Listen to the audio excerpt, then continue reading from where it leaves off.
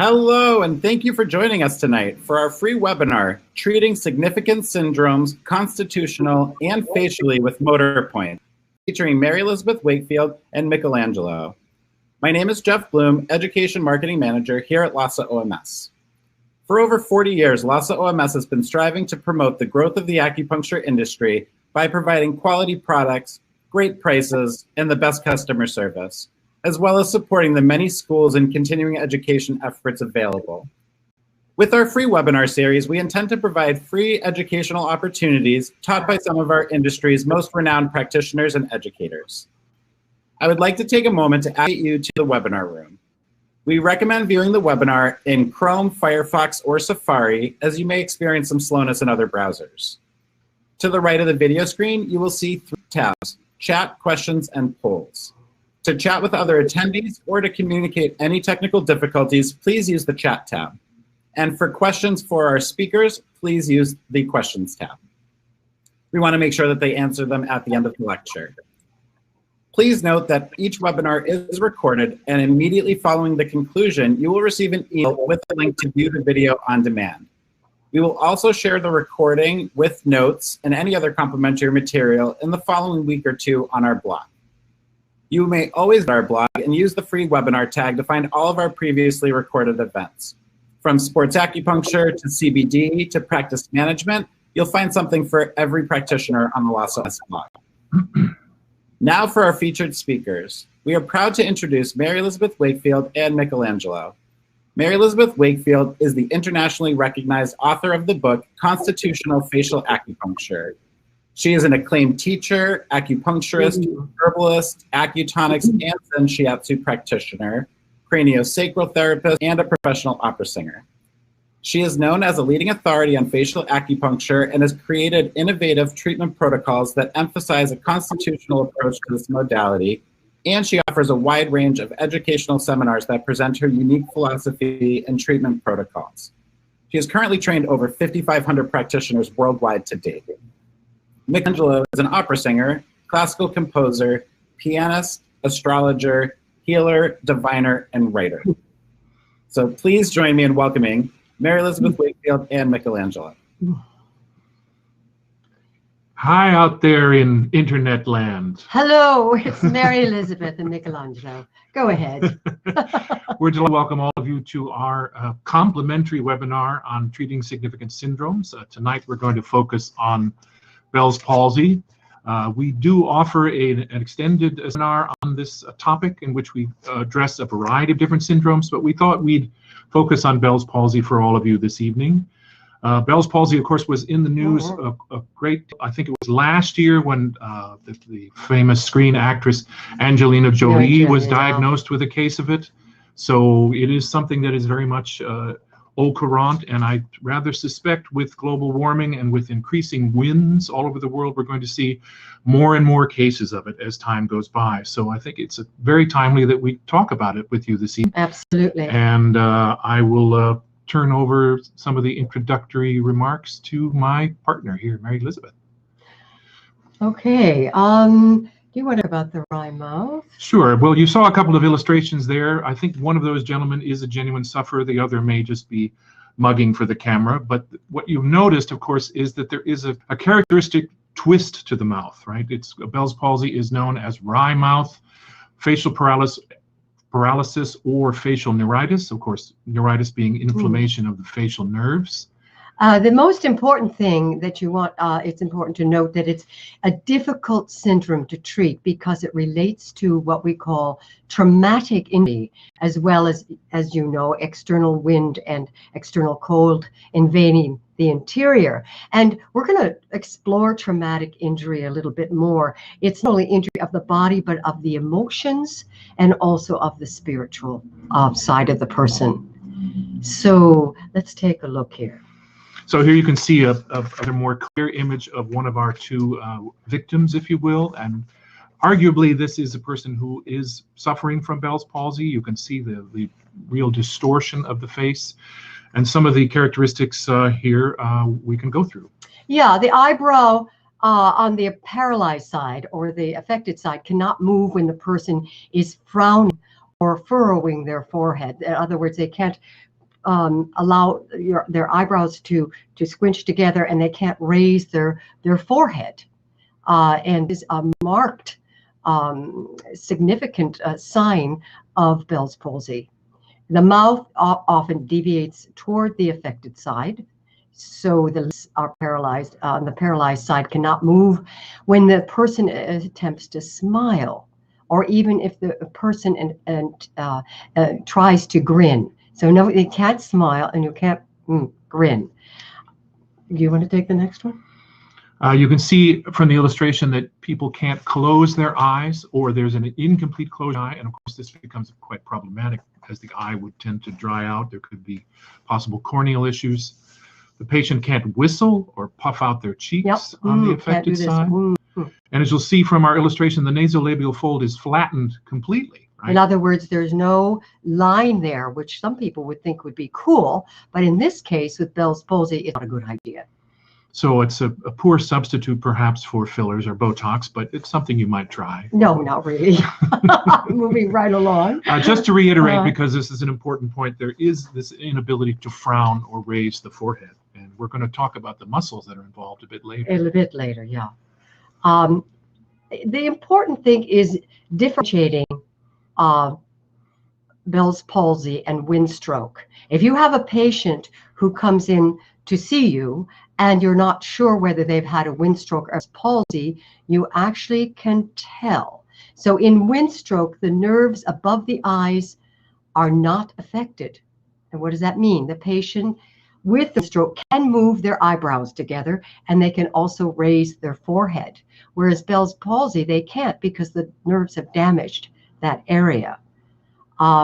So they're unable to frown or raise the forehead on the affected side. And it's very important for you as a practitioner, if somebody comes in and they have, if they are paralyzed, drooping on one side, the mouth, the eye can't open right, they can't smile, they can't puff out their cheek, you probably have a Bell's palsy problem. But if that person has a droopy mouth, etc., but can raise their forehead and their eyebrows and to frown, then you probably had wind stroke on your hands. So it's very important to whether they've just had a wind stroke or they have had it for a while, or you really want to get them to a doctor at that point. In other words, you really need to discern this. And I've had this come into my practice, this issue, and I was able to get the person to a doctor immediately because they just had a stroke, slight stroke. There are other indications, but this one is quick and dirty. So really discern that. I can't emphasize that enough. Okay, right? I think you did. Are you doing all right? Yeah. Okay. Okay, so here are some classic tests that you run with a patient if you suspect they might have Bell's palsy. First of all, you have them close both eyes. Then puff out the cheeks, as you can see our little illustration with the little wind cloud down in the lower corner there. You should have them try to grin or attempt to smile. Yeah, so the grin, of course, right? Smile is showing their teeth, right? Yep. Have them try to raise their eyebrows, and then finally, of course, see if they can frown. Can you frown? No, Yes, I can't do you it. don't want to frown and get that little suspended sword there, right? No, I don't want those lines. No. I've already got the double lines. There we go. Talk about that later. Let's move on. Causes and etiology of Bell's palsy. Okay, so here we have extreme wind and or cold compromises the Wei qi. In other words, the protective qi. So there are possible spasms of the vessels which nourish the facial nerves, right? So we're going to talk in a minute about what we call chauffeur syndrome after this. This causes, right, Michael? So you want to talk about chauffeur syndrome? Not yet. We'll finish this first. So you can see some of the resulting effects here: ischemia, hydropsia, and compression of the nerve tissue. Ischemia is reduced blood flow to that area, to the overall body, the heart, as well as stroke. And hydropsia is edema, right? Hydropsia is simply edema. And it's a problem, accumulation of lymphatic fluid in the tissue. And also with the compression, it compresses again the nerve. Yeah. So you have problems with that. Deficient collaterals allow wind and cold to penetrate the Yangming and the Xiaoyang meridians. So their meridians and collaterals are deficient or weak. Wei qi is not healthy. It's not protecting them, and it penetrates the Yangming, which is where the heat is, the deepest part of Yangming, Xiaoyang, and Taiyang. And Xiaoyang would be half in, half out, so it's the Wei qi, and it's just before it penetrates the interior into the Ming. So you've got issues with that wind and cold there. Malnourished and sluggish meridians and tendons. People will have problems with their tendons. As malnourished flow of blood through the meridians, you're going to find a problem with the protective qi. Research has shown that there is a close relationship between the onset of Bell's palsy and emotional mental imbalances. So we're going to talk about that in a minute. The emotional and psychospiritual, psychological emotions. And as that is, once again, associated with traumatic injury. Do you want to talk about Schofer's disease? And that this is called Bell's palsy. Oh, ballsy. Oh, my God. We're going from the face down to somewhere else. Oh, how are you doing that? I'm just fine. Bell's palsy with a P. It originally is called Schofer's disease or syndrome, and can I don't know how many of you have seen the classic Hollywood movie Sunset Boulevard, but in it, yes, Norma Desmond plays a fading Hollywood actress who's in the waning years of her career, and of course she's desperate to hang on to her celebrity and fame. And the very famous German film director Erich von Stroheim plays her butler chauffeur. And the interesting thing about the fact that he's her chauffeur is that the cars that were basically being driven by Hollywood's elite at that time were essentially motorized carriages. Mm-hmm. And the car they use in the film, for those of you that are curious, was a very rare type called an Isotta Fraschini. It sounds like a drink, an Italian drink of some sort. And so basically, with those cars, it was as if the person was riding in a stagecoach. In other words, the driver of the vehicle was exposed to the elements at all times. Obviously, with slower moving things, probably would not be as much of an issue. But with cars, which were much faster than any vehicle had ever been transporting people before, you had the chauffeurs exposed to all these extraneous pernicious influences, and they developed the classic chauffeur's disease as a consequence. Because they weren't protected like the person in the back. Like the person in the back seat. It's like a horse and carriage. You're in the carriage, the horse is driving the carriage, and of course the driver gets problem with the wind and the heat and the cold, and can develop this paralyzation or this problem with Bell's palsy. Also, if you can image, I don't know if you know Marlene Dietrich, way back in the 1920s, they had these gorgeous cars, just like you talked about, these Daimlers, and they were very similar to the horse and carriage. And the chauffeur, once again, was up front amidst all of the elements. So they named that syndrome after the chauffeur. And that's how it happened. One of a range of occupational related disease. And it's interesting because we did come across a contemporary account, someone who developed chauffeur's disease when he drove on an extended trip, about an 8-hour trip in his car with his window open. And he developed all of the classic symptoms of time, and he went to the doctor, and the doctor said, "Oh, you've got chauffeur's disease." You have chauffeur's disease. Yeah. What the heck is that? Yeah, right? He didn't identify it as Bell's palsy, but he called it chauffeur's disease. The doctor did not identify as Bell's palsy. It was chauffeur's disease. But first of all, the face started to, he was driving, and of course he had the window open on the driver's side. His face started to feel itchy, and then he started to feel it become very paralyzed. And then he started drooling out of his mouth, and his eyes started to close. So he didn't know what had happened to him. This was found on the internet, right? Yeah. And so, as MichelAngelo said when he went to the doctor, he said, "You have chauffeur's disease." So now you know, for those of you who don't know, that it originally is called palsy is called chauffeur's disease. And why? I think it's interesting. Right. And this gentleman reported it took him 6 months to free himself 6 months to of the symptoms. Exactly. And the issue is that with acupuncture, and we're going to go into motor points later in this webinar, and how to treat Bell's palsy, you don't have to have the person having Bell's palsy for 6 months. It moves very fast and releases very fast. And we'll talk about that a little bit more. So there's a treatment principle. You need to calm the mind. Usually these people are very anxious and upset, and you want to make sure that that you calm the mind in this case. You want to calm the liver. Of course, wind has to do with what? It has to do with the liver qi, right? Also fire. You have fire issues.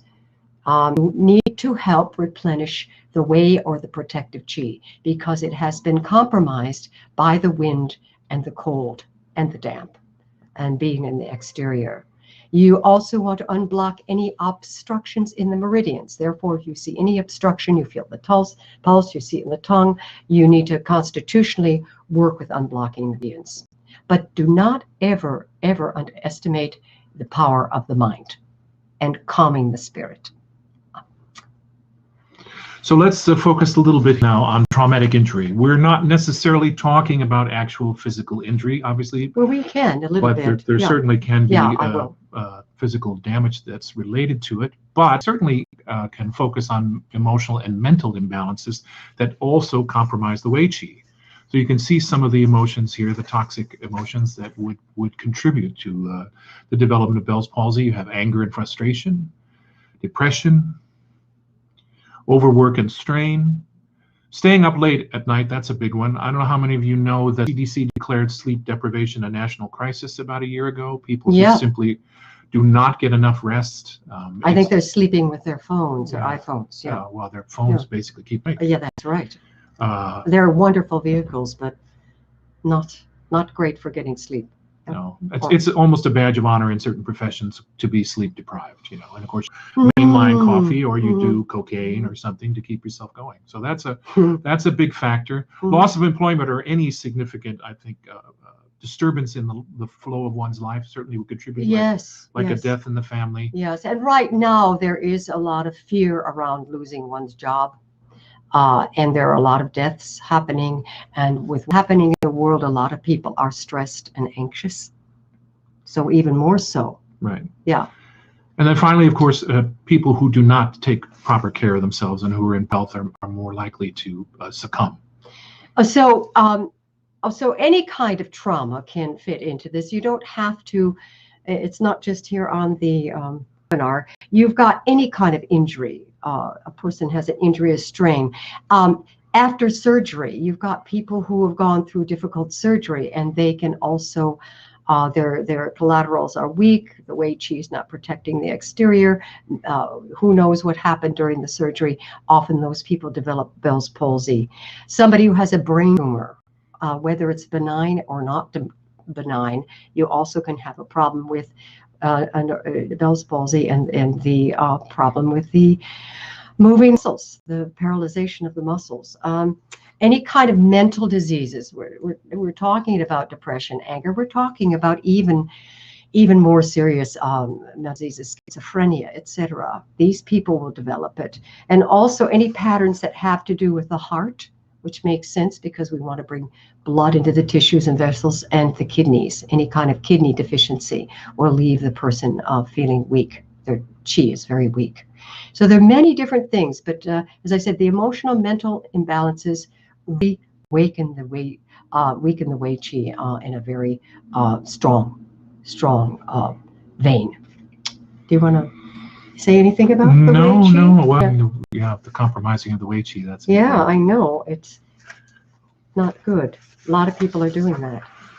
So in 2008, which not incidentally was a time when Mary Elizabeth's career began to really take off internationally, we were invited to Shanghai. Shanghai. We had occasion to meet a young man there associated with Shanghai School of TCM, at a major hospital there in Shanghai, and he invited us Pudong Hospital.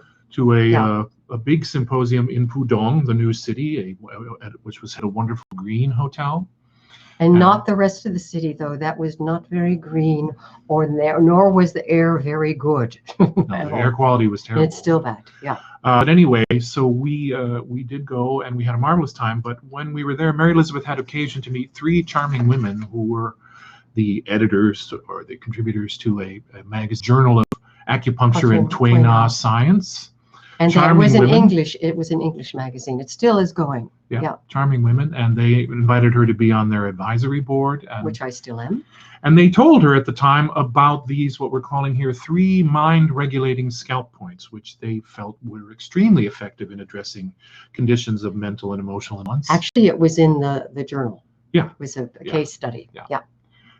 And so we wanted to introduce those to you because we have occasion to refer to them often in our seminars, and they are extremely useful for Shen disturbances. And I just want to say that they would always begin the treatment of Bell's palsy with these 3 mind regulatory scalp points because they were very effective.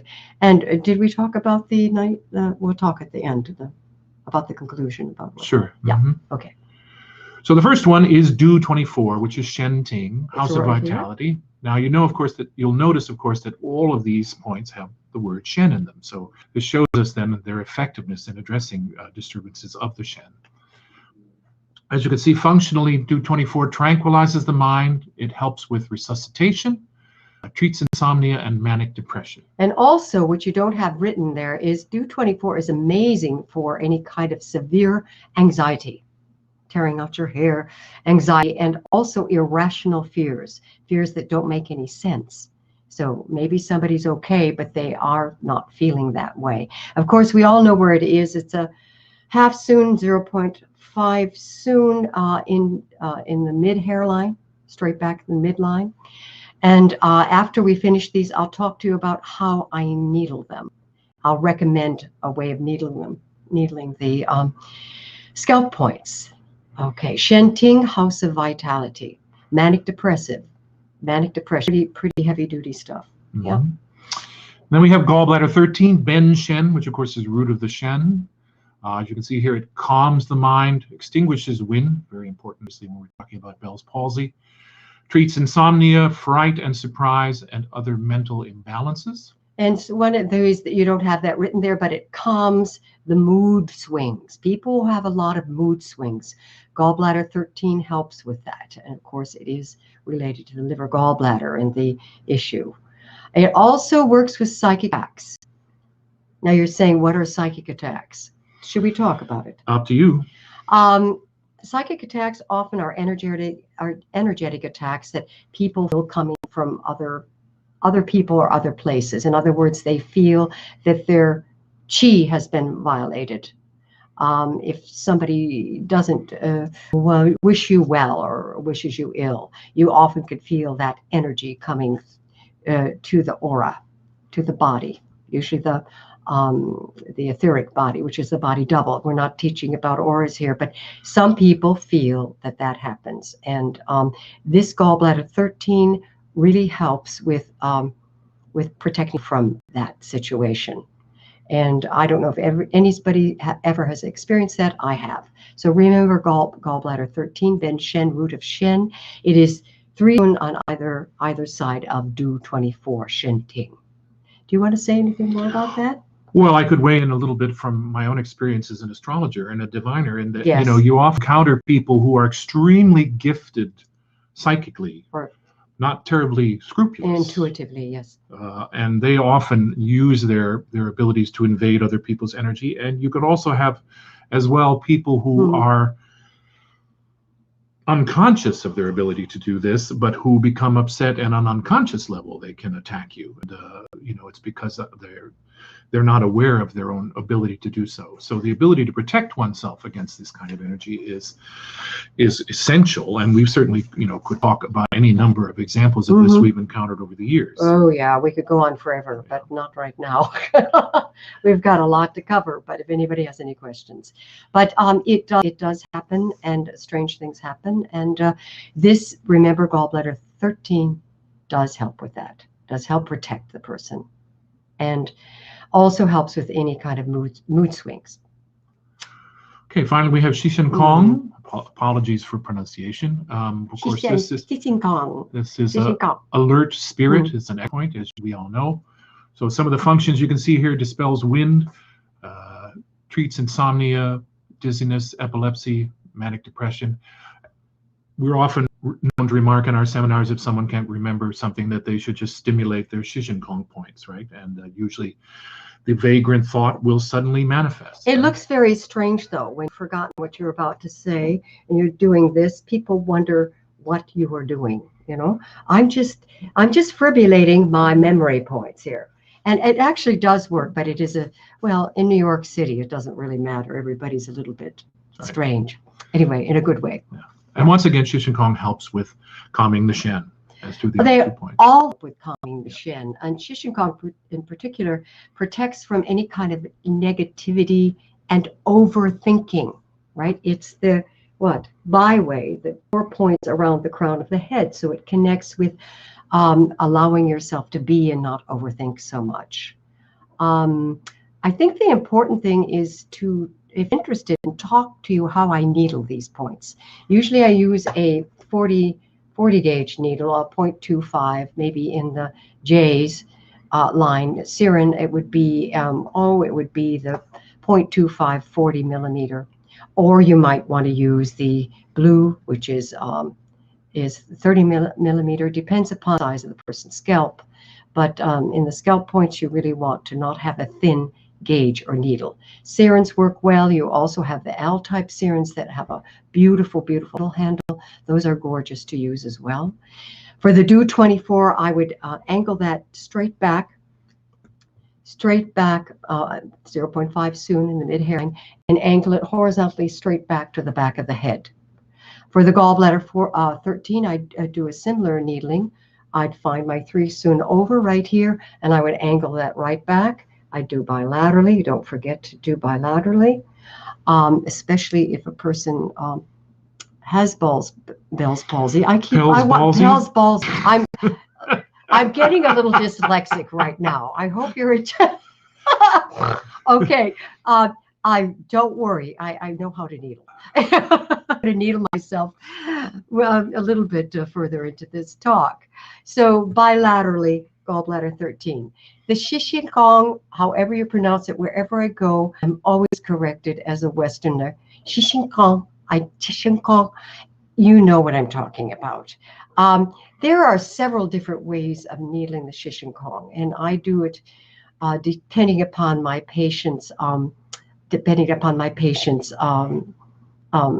etiology. Often I would take the 4 points around the head and I would just needle it not perpendicularly, kind of just a little obliquely toward the byway, the crown chakra. So 1, 2, either side and front and back, just for a neutral needling of the Shishin Kong. I also have patients who come in who are, they're not in their bodies, they're not grounded. They're the people that walk across the street and actually forget the cars are there. I worry about them. This can be used with Bell's palsy, but also with people who have Bell's palsy, who have this issue, or people who don't even have Bell's palsy. So what I do is I close the crown chakra with the Shishin Kong points. So I use a usually 30 millimeter or 40 millimeter needle, and I'll literally thread it to 1 point. So I'll thread one Shishin Kong point to the next one, then I'll thread another needle to the next one, another needle. So there'd be 1, 2, 3, 4 needles threaded counterclockwise in order to temporarily close their Shishin Kong or their byway, so that they don't pick up things, that they get into their body. Often they are not present. You want them, bring them back to being present and grounded in form. And please know that when they are, I keep working on it, then I don't have to do that anymore. You also have a person who is very earthbound, thinks a lot, we all want money, but thinks a lot about money constantly, like our world today. And these people are bankers or accountants, etc., or just people who obsess about that, and they can't get out of their bodies. They can't access the byway. They're just stuck in form. And then I would work with them, and I would literally open the crown with the 4 needles around. Now that is not necessarily for Bell's palsy in particular, but it can also be used for Bell's palsy depending upon your patient and what you discern. This needling I made up myself, but I'm sure it's very logical. So that's just an offering I have for you in working with your patients with or without Bell's palsy. All right. But these points as they are fantastic for calming anxiety, fear, and the spirit. And we will talk about a research that was done on this at the end of this webinar and what happened. All right. Yeah, I would just interject here that the fact that people are basically ungrounded and not in their bodies is rather endemic in our culture. So few of us actually have contact with nature on a daily basis. Everything around us is artificial. Yeah. And our constant and inveterate engagement with all these electronic devices further serves to take us away from ourselves. So this one aspect of this treatment would be extremely effective for, I think, the vast majority of people in our culture at this point. Okay, so now we want to talk a bit about motor points. And I said to Jeff before we got on with all of you, I know rather more about motor points than I ever thought I would need to know. Aren't you lucky? Aren't you lucky? When I was singing opera in various places. But motor points are extremely effective, and they are very much a bedrock of Mary Elizabeth's approach to the facial landscape. She pioneered the use of motor points to a certain extent in facial acupuncture treatments about 20 years ago, and they are wonderfully effective in that context. But here we're going to use them in a slightly different way to address the idiosyncratic nature of Bell's palsy. And we wanted to just tell you what a motor point is. So a motor point, as you can see from the screen and from your handout, is essentially an anatomical location. Right? It is the point where nerve innervates muscle. So they are accessed by means of acupuncture points, but they don't relate to specific acupuncture points themselves. The interesting thing about the needling of motor points is that it is somewhat different than, shall we say, conventional needling, in that you have to go to a deeper level within the skin in order to access the neuromuscular junction. And essentially, you needle perpendicularly at the indicated point, and then you angle the head needle toward that neuromuscular junction. As the needle moves toward it, you get an engagement of the motor point. It actually makes contact with the spindles of the muscle, and there's an almost instantaneous communication between the muscle spindle and the central nervous system, in which the central nervous system receives information about the status of the muscle, whether it's too contracted or whether it's too slack, and that it immediately instructs the muscle to adjust itself. When that happens, the needle becomes twined in the muscle fibers, and for all intents and purposes, the muscle grabs the needle. This is quite a distinct and unusual manifestation, and the patient notices it on a certain level. And they definitely notice it because they feel that grabbing of the needle. And also similar to Da Chi, which isn't, but it's similar to Da Chi, they feel the aching that you get, and also the heat often. Yeah, the big release of heat with motor points and wind. I've seen many occasions when Mary Elizabeth's been working on someone with a motor point treatment, and she's become quite flushed as a consequence of all the heat that's being released from that person's face. So, but again, this is not to be confused with Da Chi. This is not the arrival of Chi. This is something that is specifically related to motor point activation, for want of a better term. I agree. So I wanted to say that motor points in particular are made to release wind in the face. Wind, heat, cold, in particular wind. So they are perfect for any kind of paralyzed muscle or Bell's palsy. And as MichelAngelo said, also it releases that heat. And I get a very flushed red face, so whoever's working with me or assisting me.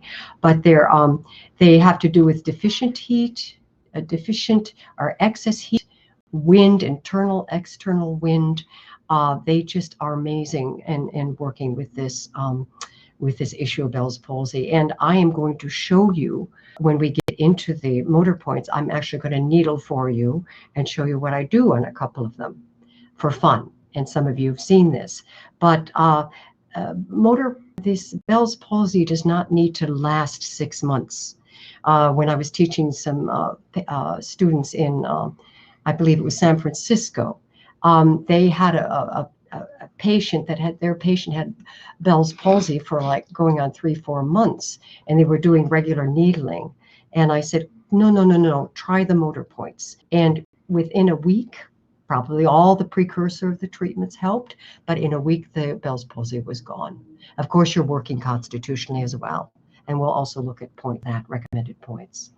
So, yeah, so motor points, on. Yes. So now we're going to introduce you to several muscles that you can use to address the symptoms of Bell's palsy. These are, we said we will be introducing motor point needling here and give you as much information as we can give you remotely. So we're going to start first with the epicranius.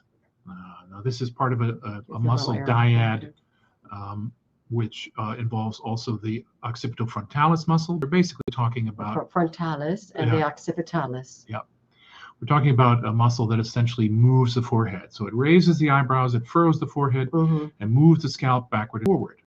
So if there's an imbalance here, which would be, again, characteristic of Bell's palsy, the person cannot raise their eyebrows or furrow their forehead, as we saw in the photo earlier. But if they had wind stroke, they could raise their eyebrows and furrow their forehead. That was the differentiation of wind stroke.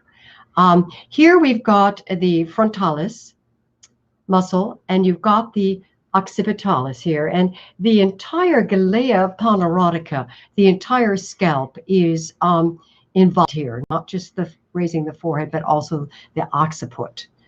So you can see where the little veins there, the nerves enter the muscle. So you can see the nerves enter the muscle on the forehead and on the back of the head. And so often, I don't have it here, but I not only needle the treatment points gallbladder 14 young by toward triple heater 23, and I'll just get a needle here. I'll find on the affected side, let's say this right side, looking at me, the left side, this right side is the affected side. So what I'm going to do, I'm not going to needle this now, but I've got a 0.18 30 millimeter Siren needle here, which I am using for me. If it were for a man or somebody with thicker skin, I would use the blue Siren, which is the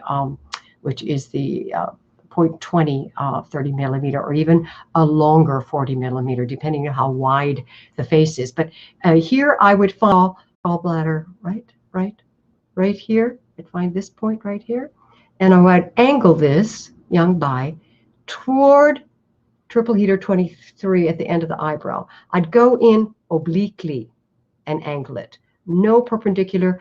The forehead is very bony and it doesn't have much flesh in most people. The issue is you need to find that indentation above Yu-Yao right here. And this is the affected side, and you would angle it. Now I have not needled this because I'm needling two others, very interesting ones. So you work with that on the side for the forehead and raising the eyebrows. Yeah. I'll just interject here that if you see people with lines on their forehead, this definitely is indicative of this stored emotion of fright and surprise. Yeah, sorry. Fright and surprise. Yeah. Lillian Bridges, many of you will know who she is. She talks about the fact that she once had occasion to teach a class of doctors, and to a man, to a person, they all had these horizontal lines across the forehead. And she said, oh my God. Said, you all have something in common. You know what it is? And they looked around and they simply couldn't identify it. And then maybe you should hearken back to the time when you were, an intern. I don't think she used the word hearken. No, she probably didn't. And you were called upon every day to your knowledge and to deal with things you'd never dealt with before. And you were constantly saying, oh my God, what am I doing here? Right? So she said, that's the result of all that that trepidation are these lines. You've got those emotions stored in your foreheads. So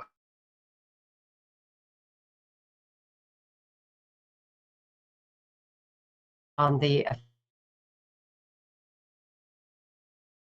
like that? no. I always use that on the affected side, but I have stories about when I haven't done that. So through this, and I'll tell you the stories about this patient in California and what happened with her, which is outrageous. And Yeah. So I just wanted to interject that the illustrations you're seeing in the slideshow are from the John Warfel book, The Head, Neck, and Trunk. This is the result of research that he did over a period of years on motor points. The book is out of print, but it's easily available from any number of secondhand booksellers, online and otherwise. John Warfel, W-A-R-F-E-L, The Head, Neck, Trunk. It's a wonderful compendium of information about the muscles involved in these motor point treatments. Absolutely. Now we'll go back to the slideshow for the next one. Or we won't. Or we won't go back to the slideshow. Do you have a control over that? I didn't think I did. Let me just. Okay. Well, while you're doing that, I could probably tell the story. There was oh, here we go. Hi. Hi. Are you guys having trouble with the slides? It just disappeared. It just disappeared. Really? Okay, because I'm showing them up here. All we see are our big faces, but okay. Let's see. All right, I'm going to try this really quick. Give me 1 second. Okay. We're on slide 13. Sorry, guys. I mean, they've got the hand, so I mean, you know. All right, let's see. Yay. Okay. Yay. And we're back to the same slide. I'm going to leave. It's okay. We can go to the next one, right? Yep. Yeah. So John Warfel, W-A-F-E-L. Okay, the second muscle is the corrugator. Of course, now this is extremely important because this is Botox land, for want of a better term. This is the muscle that most often receives Botox treatments. And of course, there are characteristic lines that form in the glabellar crease. We actually have a whole webinar devoted to a side-by-side comparison of Botox and facial acupuncture, in which we talk about all the ramifications of that. But here, we're talking about the fact that these individuals cannot frown. They can't use the corrugator properly because it's paralyzed by the affliction. And as you can see, functionally, it does draw the eyebrows downward immediately, as you do when you frown. And of course, it's also involved in the expression of any number of strong emotions, its concentration, things of that nature. Frustration. Yeah. Anger, of course. The imbalance then would be that inability to make a frown. In other words, they can't do this. They can't do this frown. Once again, a differentiation with windstroke versus Bell's palsy. Here we have Jean-Jou, which is what? It's bladder 2, which is a hormone point, a pituitary point, and it goes into what? Yu Yao. So you are going to, same thing, obliquely, you're going to, I'm not needling and I'm just showing you, I will needle in a minute, but you're going to angle this toward, from Jean-Jou, obliquely toward Yu Yao. And this is a very intense part of the face. The eyebrows are stronger than you ever could imagine. So if you put your fingers on your bladder 2 right now, those who you would like to, and you hold it isometrically and do not try to frown, but do not let yourself frown. Feel that? Do you feel how strong that is there? So it takes a lot of energy to go through this area. It's very, very strong, and you don't force it. You just allow that needle to go in. You allow the body to let you in, right? So so you don't go any further. You just wait, the person breathes, and you allow the body to let yourself in. It does not have to be painful. It isn't. It won't grab when you pull back, and you'll get that feeling of the motor point, that grabbing the needle, right? They may feel some similar Dutchy sensations, but once again, this is an area where the nerve innervates the muscle. So it is not exactly where you think it is. Sometimes you have to fish and look for the motor point and pull back. It's kind of that feeling of the fish grabbing the bait, the hook, the fish and the bait on the hook. Yes, right, sure, exactly. It's just very similar to that. So you're just doing one side in this case. with the Bell's. Okay. Yeah. Okay, the next one is the levator labii superioris. Oh, goody. Of course, now this essentially, I didn't actually say that a lot of the facial muscles basically just tell us what they do, and the levator labii is no exception. It basically says lifting the upper lip. But the interesting thing about the levator labii is it has 3 heads. Like Cerberus. Right. Yes. Angular, infraorbital, and zygomatic. As Mary Elizabeth stole my thunder here. Cerberus, 3 heads are definitely better than 1 if you're Cerberus and you're guard gates of hell, or you're Fluffy in the Harry Potter movies. Okay, that's right? enough. But obviously the 3 heads allow this muscle to be extremely flexible, and so then allows us to express a variety of different facial expressions as a consequence. As you'll note here, functionally, it does elevate the upper lip. It dilates the nostrils, raises the corner of the mouth as you do when you smile. This is a real smile, people. It's not a grin. This is a grin. This is a smile showing your upper teeth. And these people cannot smile on that side. This is the affected side. They are, what plus? Did I have it right? Yeah, I think so. So it droops. Should we do mirror images? No. And also people drool because they are paralyzed there. So it's a very unpleasant thing to have, not just for that reason. Now here we have some interesting things. Working at outer betongue. What the heck is that, right? And we're using 1 needle to traverse 2 motor points. So you insert at outer betongue, you angle it toward Cibi, stomach 2, which, your nose is in the way, so you don't go very far, and then you angle it down towards Juliao. Now, what I use is a small needle, and I want to just tell you the story about outer betongue. If you palpate the sulcus of your nose, the bone here, find your betongue, right? You doing that right now? This is the inner betongue, closer to the nose, and outside the sulcus of the nose, that bone is what is called outer betongue. Now, when I was teaching in Vancouver years ago, there was a wonderful Chinese woman in the front row, of course, correcting my Chinese, which I desperately needed when I was speaking about the pignons, etc. She said, "What do you mean, inner or outer betongue? What are you using?" I said, "What? There's an inner and outer betongue? Did you know there is?" I didn't know that. So I said, "No, I thought about it, and I thought, you know what? We have to traverse, over, toward the nose and out and down." So I said, I think we'll do outer betongue. So please know that that's been in my vocabulary for a very long time, and it does work, and I'd never heard of it before. I think she was from Shanghai. So inner betongue's right here, yes? Yeah.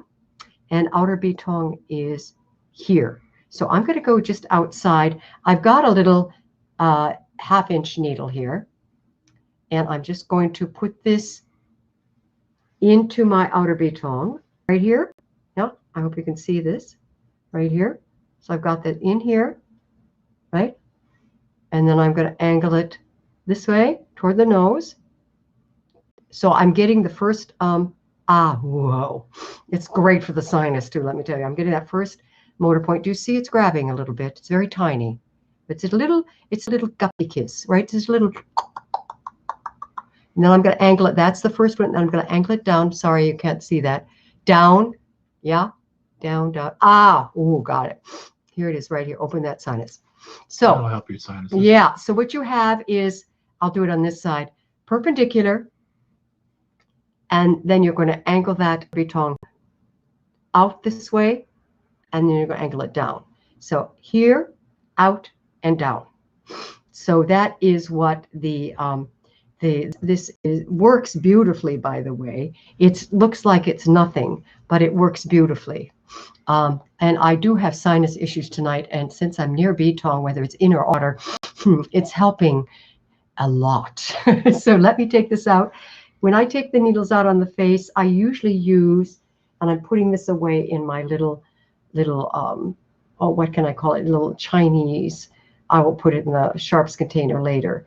My little Chinese, what can I say? Karakuri vase.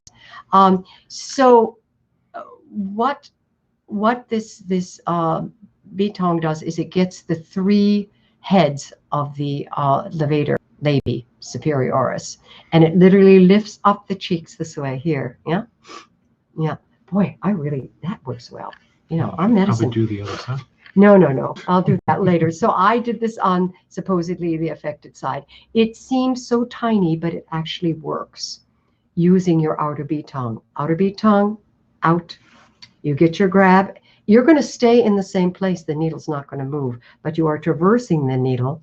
You're not picking it out, you know, lifting it out again. The needle stays out. And once you get that grab, you angle it down. So you're getting 2 motor points, and you're getting these 3 heads of the levator labii superioris. And it doesn't really hurt at all. Just opens your sinus, and it helps the Bell's palsy person lift and be able to smile again. Okay. All right. Okay, fun. Okay, now we have the risorius. Of course, the risorius tells us that it has something to do with a smile, right? Riso. Risorius, In Italian, sorriso is smile. So riso goes all the way back to Latin risus, which means smile. But this is associated with an interesting phenomenon called the courtesan smile. The courtesan smile? I don't know how many of you have encountered that in your Chinese travels. medicine. Yeah. But according to the precepts of Chinese physiognomy, the courtesan smile, and it's believed that the reason the terminology came to be was that the ancient emperors of China would only select women for their harem, for want of a better term, who had upturned mouths. Yeah, like this. And if you know people that have upturned mouths, you know, they usually look very friendly, and approachable and happy. And so it was believed that these women who were, you know, essentially subject to the emperor's sexual whims would and be, others, and others would be more happy with their lot, you know, more into praise his performance. Essentially, they wouldn't be a drag in the sack. And there's an interesting corollary to this. As I said, you might think it sounds a bit suspect, but we have a dear friend who we met in Australia a number of years ago. She's Malaysian, but she grew up in Singapore. A very accomplished medical acupuncturist, an extremely charming woman, and she's one of these lovely upturned mouths. And she's most assuredly an exemplar of this archetype. She's always laughing and smiling. Very little seems to get her down. And she's been told by not 1, but 2 psychics that she is, in fact, the reincarnation of one of the concubines of an emperor of ancient China. So take that with a grain of salt, if you like, but this woman was her housemaid from Hong Kong. She was also, when we stayed and visited, she used to, she was the palace guard. Yeah. I remember. Her lady in waiting, basically. So, and I would say, speaking for my fellow members of the Upturned Mustache Guild, that it has much the same effect. Moving on. So, so the risorius functionally retracts the angle of the mouth as you do when you grin. So obviously then the imbalance here would be a lack of an ability to grin and the characteristic wry mouth that we associate with Bell's palsy. Okay, so you cannot lift up both corners of the mouth. Some people can't anyway. But let's say this is drooping and I'm drooling. Just imagine. I hope that doesn't happen. But in order to find Di Kang, right? Golden Mirror, one of our ancient Bibles, books, Chinese books, talked about palpating this Di Kang because it is called Earth's granary, and it has to do with qi and blood flowing through the area. So they asked you to palpate this, press it down, the actual point, close your eyes, find where the pulse is, yeah? And where the pulse is and where there's most of the qi and blood flowing, that is where you need a Di Kang, not so many soon over from the mouth. Actually, this is on one of our ancient texts, the Golden Mirror. So I palpate this, I can find my Di Kang, right? And the other side is a little bit weaker. This is the side actually I'm going to needle. But please don't just, I recommend not just eyeballing it and just sticking the needle. Actually ask your patient if you could palpate either side and find that place where the most qi and blood flow, right? Postnatal qi. So do what you do, but that's what I do. So I'm going to find this. It's right here. I'm going to actually use this if you want to get the camera going at the needle. Thank you. So here I found my Jichong or Jikong here. I do need help with my Chinese. I speak other languages, but that's not one of them. So perpendicular, I found it right here. This is the side that droops, imagine. I get that in perpendicular. I get it in about a half a sum, right? Usually with motor points, it is about a half a sum, depending upon how thick the person's skin is, their tissue, etc. Here we couldn't go a half a sum. There wasn't enough flesh or space, mainly bone. So I'll try to be quiet a minute. And so I've got this perpendicular. Now I'm going to angle this across the cheek, yeah? Right, like this. Here you go. And when you pull back, it grabs. Do you see that? That's a motor point, right? You could say that's L.Ac, whatever you're feeling, but it is definitely a motor point, and it really helps lift this whole corner of the mouth and the grin. And I can feel it right now. What's happening is grabbing. I feel a sensation of L.Ac, but it's more the motor point. My needle grabbed immediately. The whole idea of the central nervous system is that everybody's central nervous system is different. Sometimes you have a very fast central nervous system. Sometimes you have one that is, I'm going to take this out now. I go back to perpendicular. Hard to talk with it. Yeah. And I'll put that in here. The whole idea is that if a person has a slow central nervous system, you may not get that grab or that sensation as quickly. You may have to look for the motor point. In other words, you think it's here, it might be up a little bit, it might be here, or the person needs more, what can I say, traversing of the area in the neuromuscular junction to find the motor point. It isn't always, oh, boom, bing, here it is. So you know that that person probably, I can feel this lifting right now. Wow. Oh, there we go. Oh. A lot of people aren't aware that often your patients don't react as quickly because of a very slow central system. Some people grab immediately, which I did. Depends upon where they are. So be aware of that. Be patient and hunt for it, look for it, huh? And then pull back, right? Okay, so that would help with the grin. Right, and if there's also usually one side of the face is more taut than the other, and the other side is more slack. So you'll see a different response in the motor points from one side to the other, and different locations, obviously. Absolutely, absolutely. They are wonderful for this Bell's palsy. What do we have next?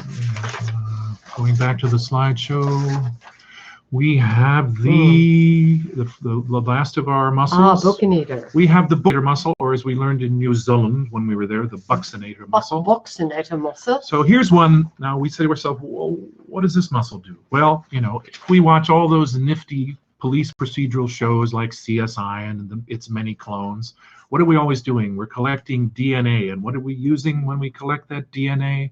We're using a buccal swab. So the BUCC tells us that this has something to do with the mouth. Now, you wouldn't think so, because this muscle is buried very deep in the flesh of the cheek. But nevertheless, just adding a little story from our alternate career track. Over the years, as a professional opera singer, I had occasion to look in many Italian opera scores, and I noticed invariably that these composers, Puccini, Verdi, and their like, all labeled the brass section of the orchestra the buccine. Now, this is, again, that goes all the way back to Roman times, and the buccini are the brass. So, but this is telling us that this muscle, to some extent, has a great deal to do with one's ability to play a brass instrument. And those of you that may have in the past, you know, you'll take the mouthpiece, and in order to produce the characteristic embouchure, the configuration of the lips, tongue, and teeth, you hold that mouthpiece to your lips, you compress them as tightly as possible, and then you buzz into that mouthpiece to elicit the appropriate, hopefully, the appropriate sounds. So probably safe to say that those early anatomists were aware of this intimate connection between this muscle and playing a trumpet or whatever. The other thing, of course, is that it's also involved chewing. So with the imbalance, then, these people, as we noted earlier, can't pucker the lips in order to be able to whistle. They can't puff out the cheeks, and because the bladder is associated with chewing, they can't hold food in their mouths. They can't actually compress the food in their mouth, and there is problems with mastication, right?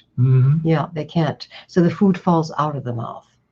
and they've lost the tonicity of this buccinator muscle, buccinator muscle. The buccinator. Right. And often this is because people are anorexic. So if you have people who are very gaunt, like this, like models or younger women or men wanting to be very thin, not eating, not feeding their spleen, you're going to find that they start to actually lose the tonicity of this very, very large muscle. It's a very large muscle in the mouth. And they won't be able to eat after a while. They won't hold the food in their mouth. So you have that. You also have elderly people who lose the tonicity of the muscle and spit the food out. You also have people who are women who have a difficult childbirth, etc., and they have problems with the buccinator muscle, and it doesn't come online. So this is, as far as I know, when they lose access to this, these people cannot hold food in their mouths. The people with Bell's palsy, it will fall out, and it is very gaunt, right? It's lost its tonicity. It's paralyzed. Yeah. So, do you want to say anything more about that? No, I think we've covered it. It's a good one. If you're working with the buccinator muscle, you can use the 0.1830, or if the person has large cheeks, or you can use also, I'm not going to needle this one, but I will show you with a larger needle, because it traverses quite an area, as you can see, across it. It's at the angle of the mouth. It goes way over, right over, and attaches in the zygoma, doesn't it? So I'm not going to needle now, but it's assumed from what? Stomach 4. So you'll find stomach 4 through palpation, right? The golden mirror. And then you go assume out from that across the cheek. You go perpendicular. You can see I'm at 0.25, 40 millimeter. Let's say this, I'm dealing with a very earthy person with a wide face. I'm going to go perpendicular. I'm going to angle horizontally once I'm across the cheek, yeah, and then grab. Often the ivory would be enough. The number 2, 0.18, 30 millimeter. Depends upon how wide the face is and how thick thin is, right? And often women will use a 0.18, where a man would use the blue Siren 0.20, a 40 millimeter, or 30 millimeter. And then you also have other needles you can use, like the DBCs are wonderful, or the L-type Sirens. I just wanted to tell you, throughout this whole demonstration, I actually used these wonderful AccuBand magnets right here. So I've got these, I use the non-gold plated AccuBand magnet on Taichung liver 3 to ground myself, even for those few needles. So you also, of course, you've got the gold, which is very good for tonifying. This can disperse the non-gold plated or be neutral. The silver, of course, needle disperses. The silver, magnet disperses. And so I did ground myself. And another recommendation to acupuncturists is everything you do to your patient, whether they have Bell's palsy or not, every needle you put in, as far as you can, practice it on yourself. We can't get at the back, but let's say if you're doing the face, you could practice on yourself, but always put either, you've got the wonderful Pionex intradermals with the Band-Aids. You could use that on your own body or feet, or you could work with the magnet. But it's important, I find, to know how it feels on myself before I actually treat a patient, when it's reasonable. Difficult getting the Taiyang area, the back. But it's very, very important. So I've got magnets on my toes and to ground myself and working with this. And I can still feel, for me, this right of my face is lifting just from working with the smile and with the grin, right? So it works very, very fast, and a person should not have to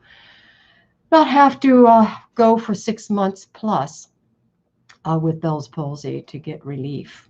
I've seen that it works very well in a shorter amount of time, depending upon the health and well-being of the patient. Let's look at the suggested body points. Now we've got Feng Qi, one pull that makes sense.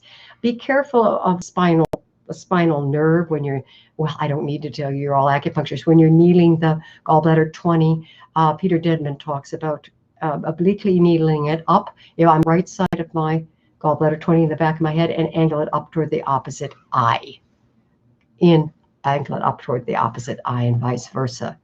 That's wonderful for obviously eliminating wind, right?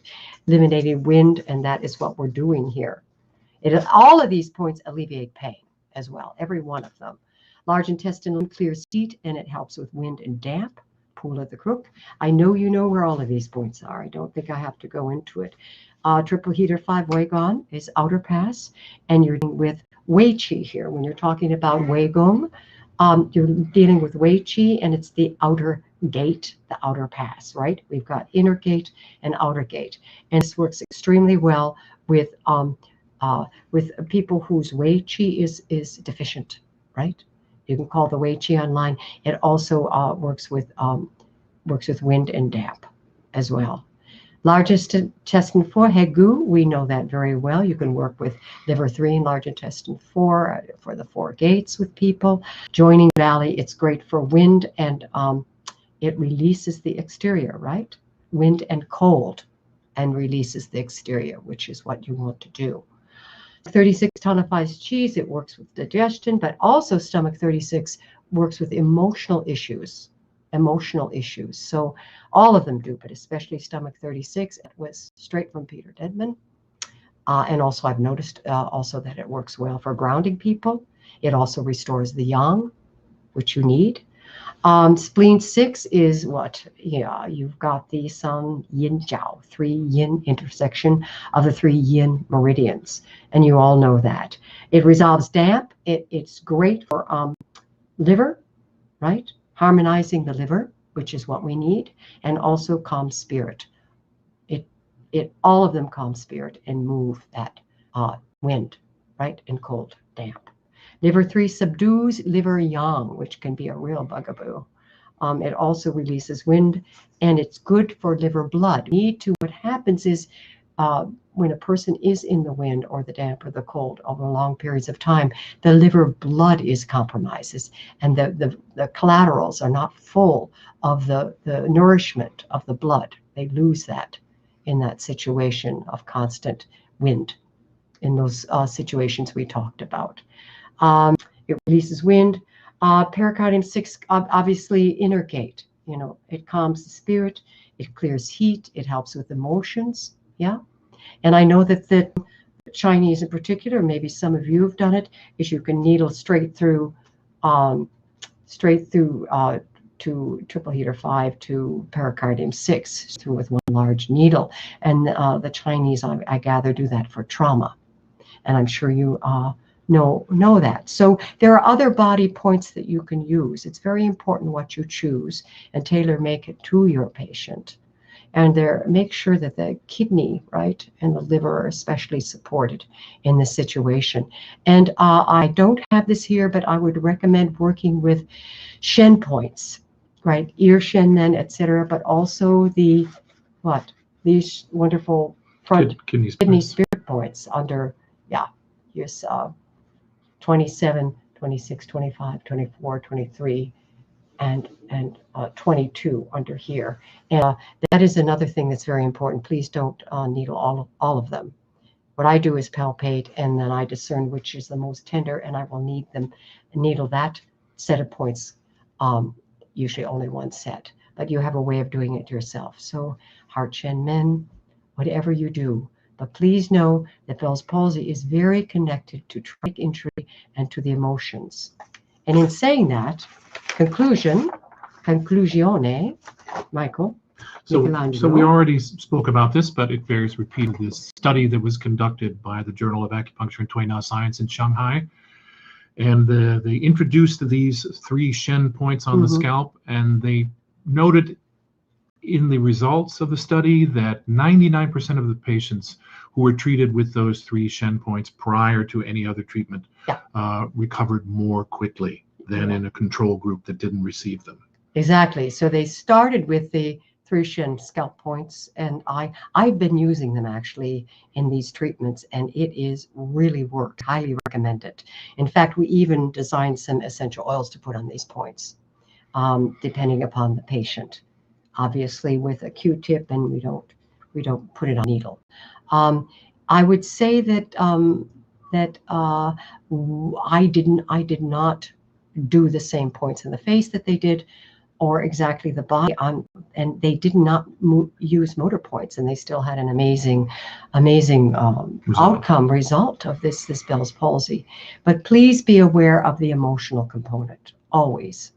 It's not just physical, it's body, mind, spirit.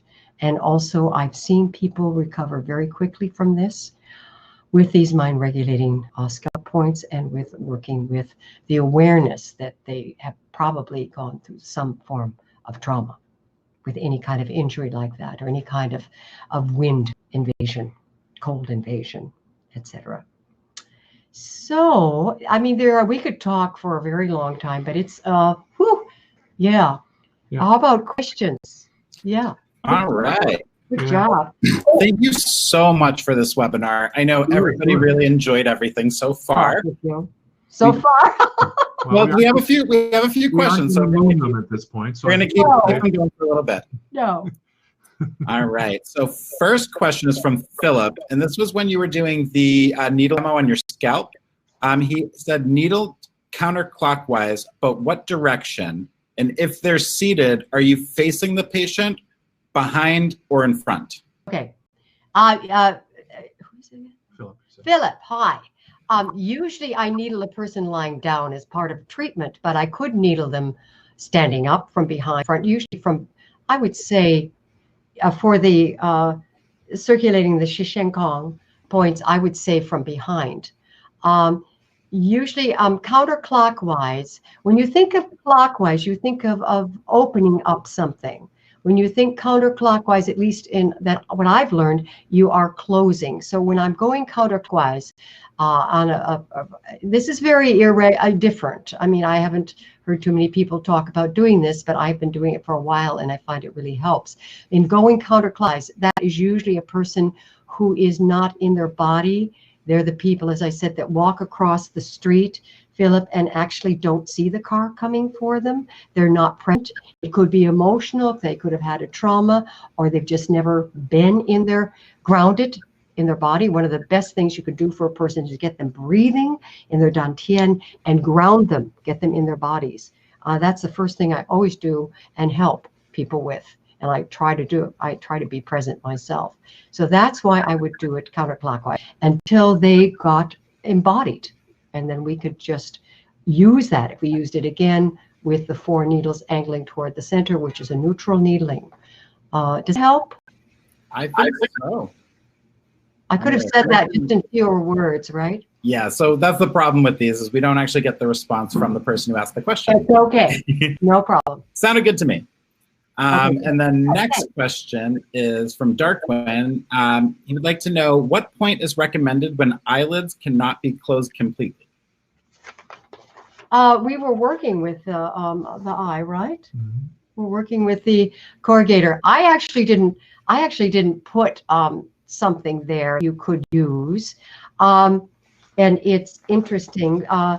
There's a point called Upper Shangming.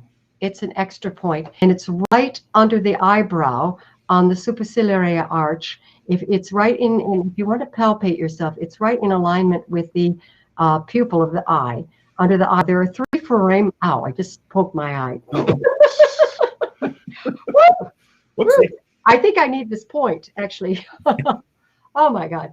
It's 3 foramen here underneath the eye, and the Yu-Yao above it, and gallbladder 14.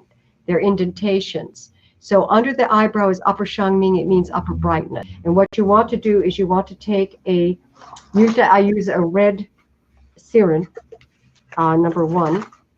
Usually I use a 30 millimeter. Their eyes are closed, probably better lying down. I'm looking for the needle so I'm not going to needle it, but where is it? Hang on. Okay, I'll just show you with my finger. They're lying down, the knee horizontal, the eyes are closed, and I needle horizontally right up into that motor point. And it will grab, just like a guppy kiss. It will grab. And then you want to work with the back of the head, which I don't have there too. You must come to some of our classes and we could show you and have you treat. But a point, the Wakefield point, it's literally Find your gallbladder. Sorry, darling. Find your gallbladder 20 in the back of your head, and two thumb up from that. Go straight up. Right. Gallbladder 20 goes straight up, Feng Qi, until you feel an indentation at the back of your head. Do you feel it? I hope you feel it. Try the other side. It'll be different. Yeah, different.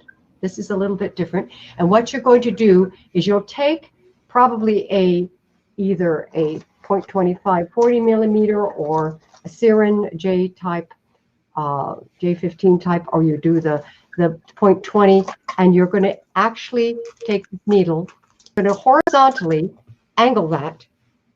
I don't know if you could see this. Yeah, horizontally back from that foramen. It's called the Wakefield point by the Japanese. I didn't name it. And it's under gallbladder 19. You're going to angle that horizontally toward the center of the head. So I call it above gallbladder 20 and above bladder 10. And please do it bilaterally, and they won't be the same. We're asymmetrical people. We're much more interesting. We're not perfect, which makes us very interesting, on all levels. And so you got this, yeah. And I would do both of the Wakefield points in the back of the head for that. Yeah. Okay. I remember when we were in Japan, they said, "Oh, Mary-san, what point is that?" I said, "Scalp point, no name." They said, no, we must name it. Like Kiko has Kiko point, and have this point and that point. So they named it the Wakefield point. So that works very well, working with the entire Galea Ponerotica. That also, by the way, lifts up eyes that are drooping, and it keeps people from having to have their driver's license taken away because they can't see out of their eyes. Yeah. Yeah. There you go.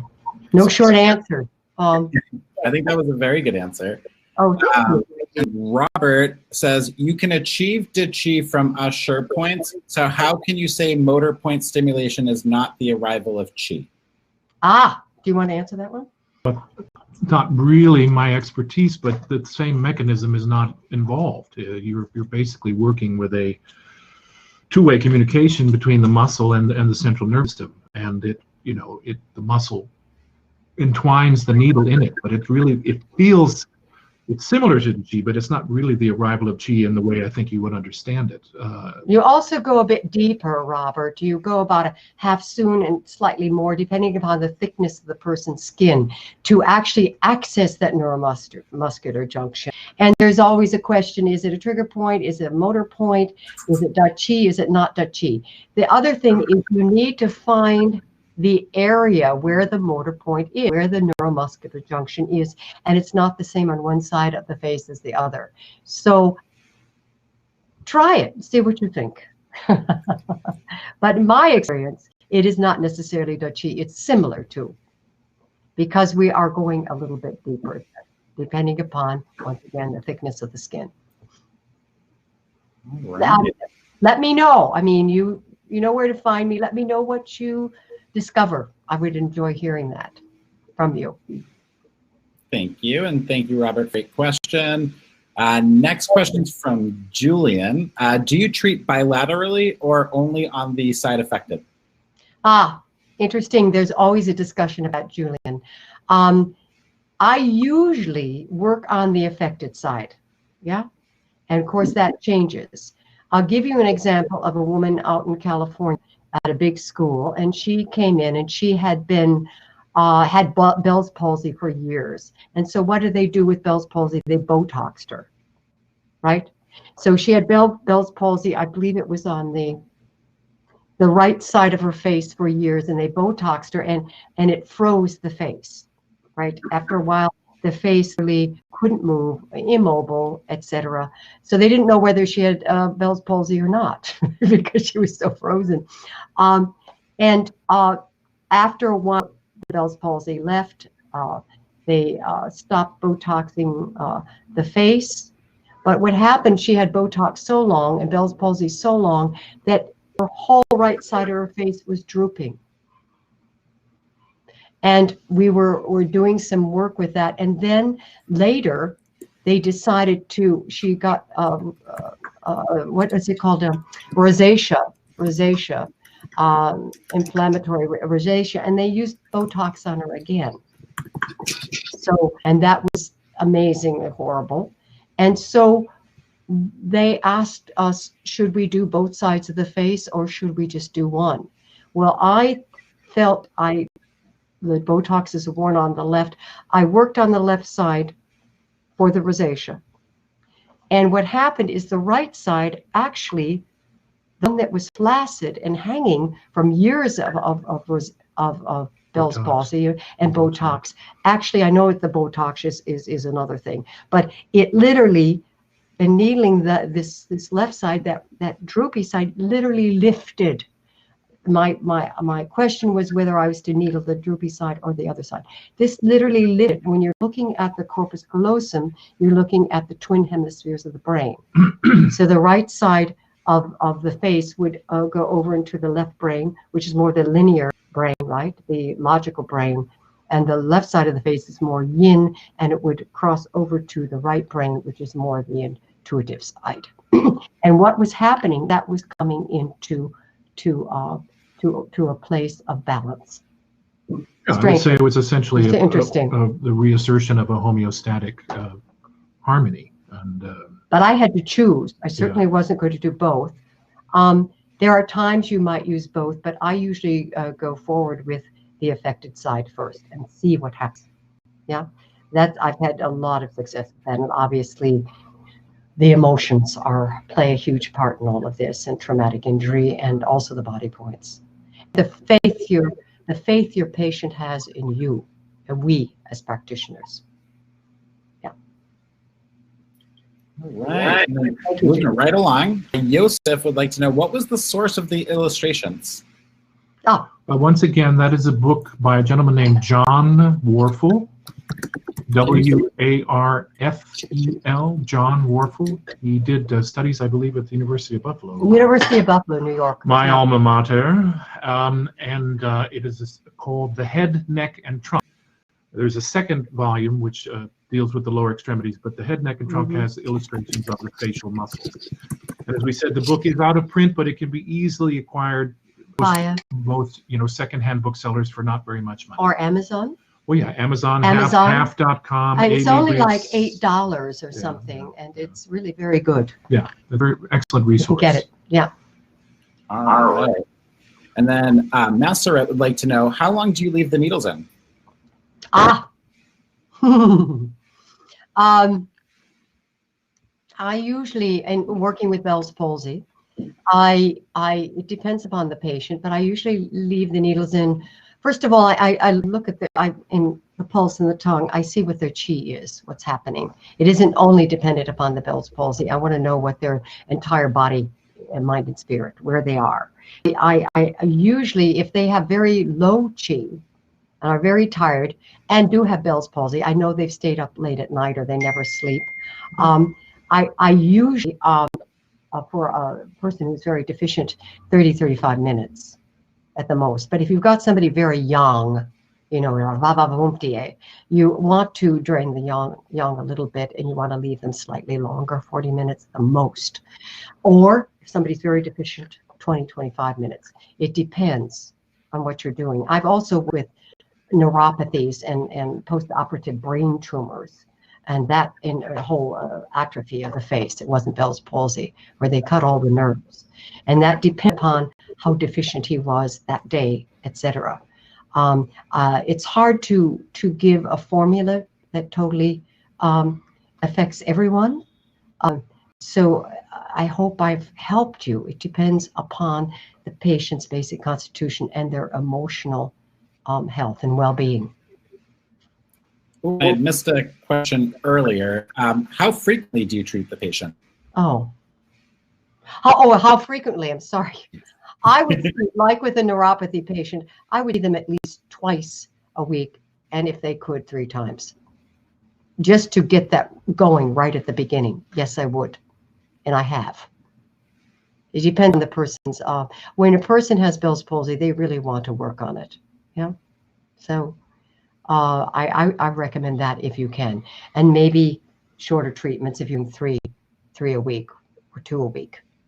At least you want to get in there and get the body, help the collaterals nourish themselves, and also help the Wei Qi and help with this paralyzation with the patient.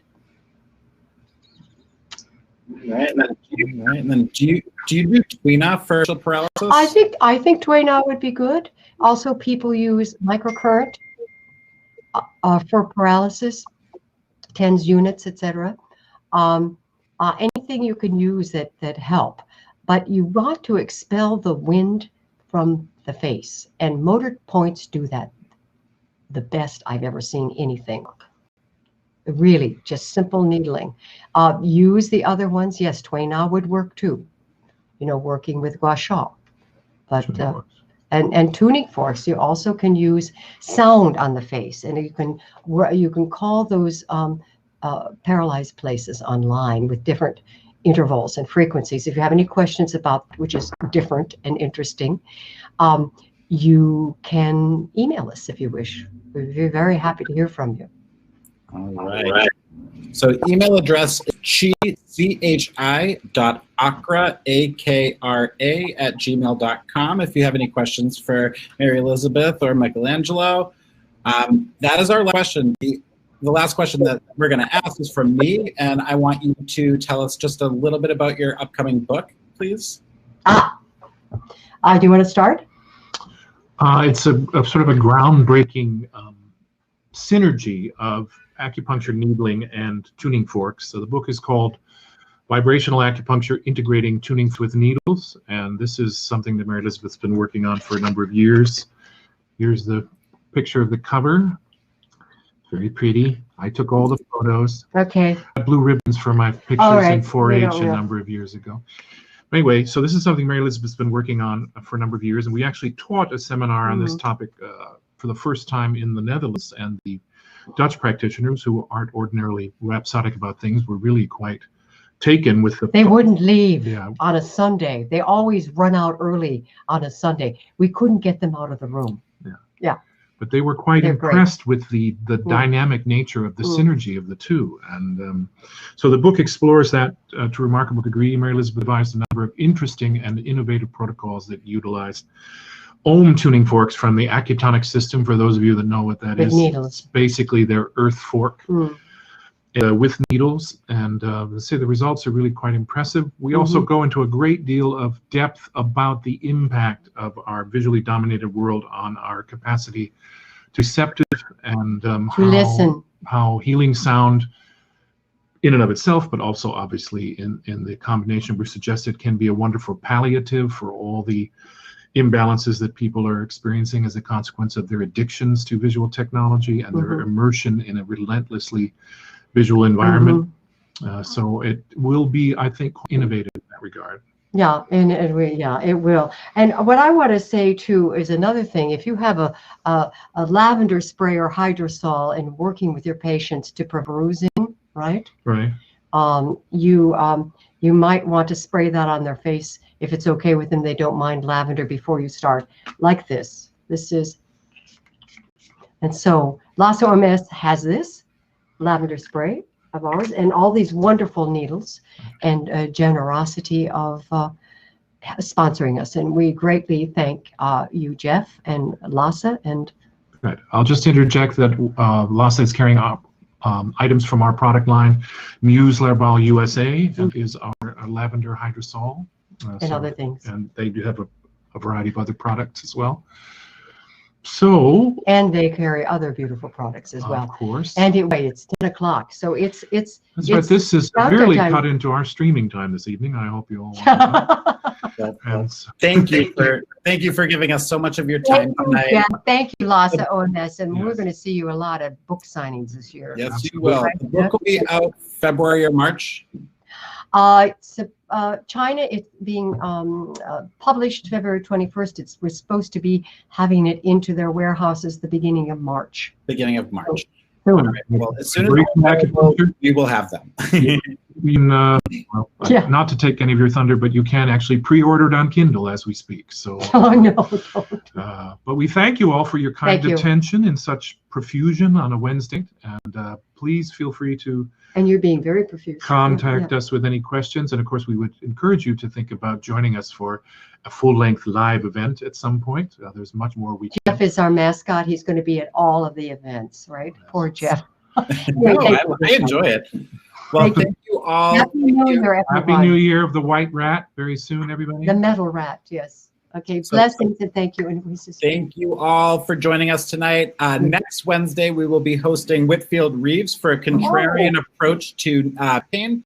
So fantastic. Please tune in for that. Thank you to everyone who attended tonight. You will get an email with the recording, with an outline, and with where you can learn more from Mary Elizabeth this year. Thanks so much, and everyone have a great night. Ciao, ciao. Happy New Year. Thank you. Happy New Year.